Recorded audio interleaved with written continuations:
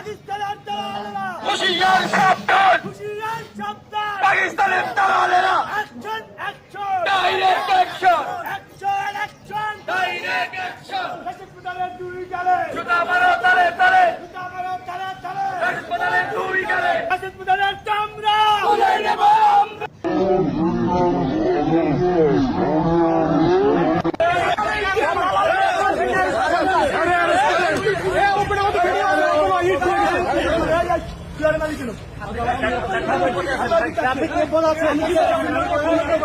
তো রাশেদ প্রধান যদি সরকার বিরোধী কোনো কিছু বলে থাকে, কোনো কথা হয়ে থাকে, তো সেটা গণমাধ্যম কর্মীর মাধ্যমে বা গণমাধ্যমে বা সরকারি নোটিশ পাঠিয়ে সেটা সমাধান করা যেত।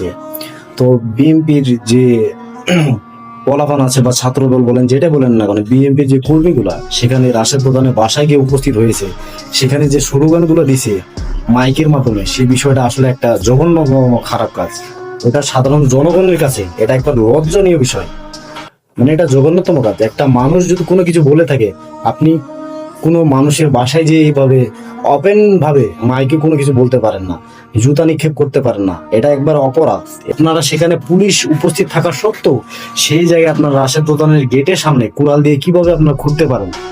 তাছাড়া তার পিএস কে পুলিশ সেখানে কেন গ্রেপ্তার করলো, কি কারণে গ্রেপ্তার করলো? যেখানে প্রধানের পিএস কে যখন ধরে নিয়ে যায়, সেখানে গণমাধ্যম কর্মী কিভাবে একটা মানুষের গায়ে হাত তুলতে পারে? তার কি অধিকার আছে সেখানে হাত দেওয়া?